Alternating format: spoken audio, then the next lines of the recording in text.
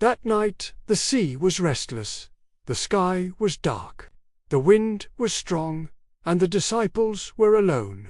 But this was not just another storm.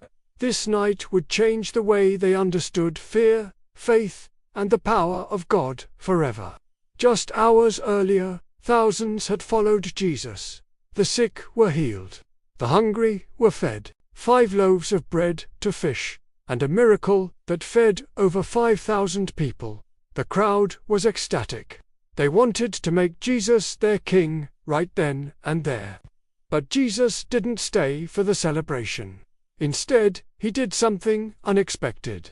He sent his disciples away in a boat to cross the Sea of Galilee, and he went alone into the mountains to pray. As the sun fell below the horizon, the wind began to rise, and the disciples' small boat drifted far, far from the shore. They found themselves caught in the middle of the vast, open water. The waves, growing larger and more violent, slammed against the wooden boat. The wind howled like a living creature, and the sky was swallowed by an impenetrable darkness. They rowed with all their strength, muscles straining, but the storm was relentless, pushing them backward for every foot they gained. Hour after agonizing hour, they struggled against the sea. They were cold, exhausted, and utterly terrified. And then, through the spray and the darkness, they saw something on the water, something moving toward them. At first, they thought it was just a shadow, a trick of the exhausted mind. Then, as it came closer, a more terrifying thought entered their minds. It was a ghost. A figure, impossibly, was walking on the waves. The disciples froze in pure terror. One of them screamed, the sound swallowed by the gale. Another dropped his oar with a clatter that was lost in the chaos. Their hearts pounded in their chests, a frantic drumbeat against the roar of the storm. Because no human walks on water. And then, a familiar voice, a voice of calm and authority, broke through the noise. Jesus spoke, his words cutting through the wind and fear. "Take courage. It is I, do not be afraid." The fear didn't disappear instantly. The waves still crashed. The wind still howled. But the voice, that voice, changed everything. It was the voice of their teacher, their friend. In the midst of the chaos, a spark of impossible hope was ignited. Peter, ever impulsive, ever passionate, stepped forward in the shaking boat. His own voice trembled as he shouted over the storm, "Lord, if it is you, command me to come to you on the water." And Jesus replied with only one word, "Come."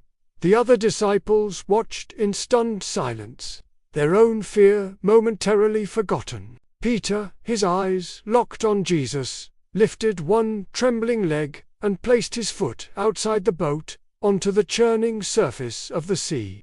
The water did not swallow him. It held him. He took a breath and placed his second foot down. He was standing on the surface of the storm-tossed sea. Peter took one step, then another. He was walking toward Jesus. Walking on the storm. On the impossible. On the very thing that should have destroyed him. It was a moment of pure, unadulterated faith. But then, for a split second, Peter looked around. He saw the massive waves crashing beside him. He heard the thunder clap overhead. He felt the full force of the wind against his body. And in that moment, doubt, like a cold wave, entered his heart. His focus shifted from the master to the storm. And, as his faith wavered, Peter began to sink.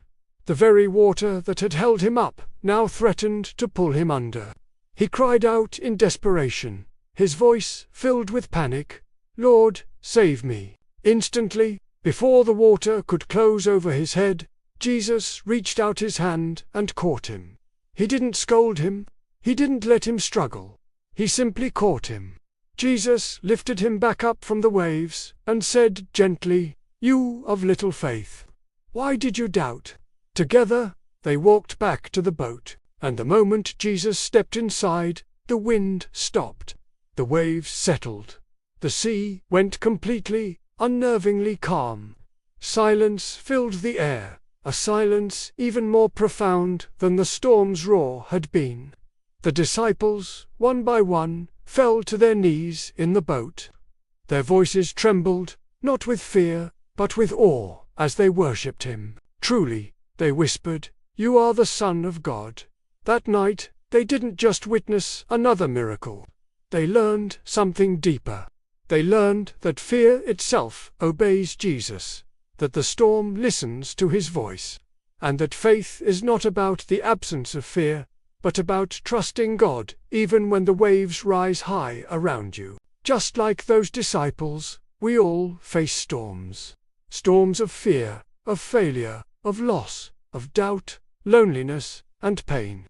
Sometimes it feels like we are rowing through the darkness, completely alone, with the wind and the waves pushing us back. But this story, this incredible moment on the sea, reminds us of a powerful, life-altering truth.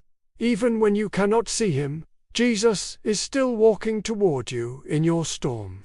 And when you step out in faith, even shaky faith, even trembling faith, God will not let you drown.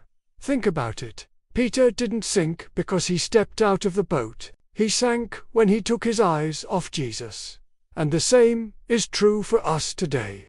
If you keep your eyes fixed on your storm, on your problems, on your fears, that fear will grow and it will threaten to overwhelm you.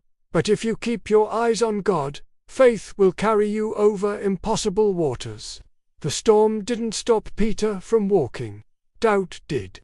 But even when he fell, grace lifted him back up, because that is who Jesus is. He is the one who walks on our storms and reaches for us when we begin to sink. Thanks for watching. If this story touched you, please like, share, and subscribe for more messages of hope.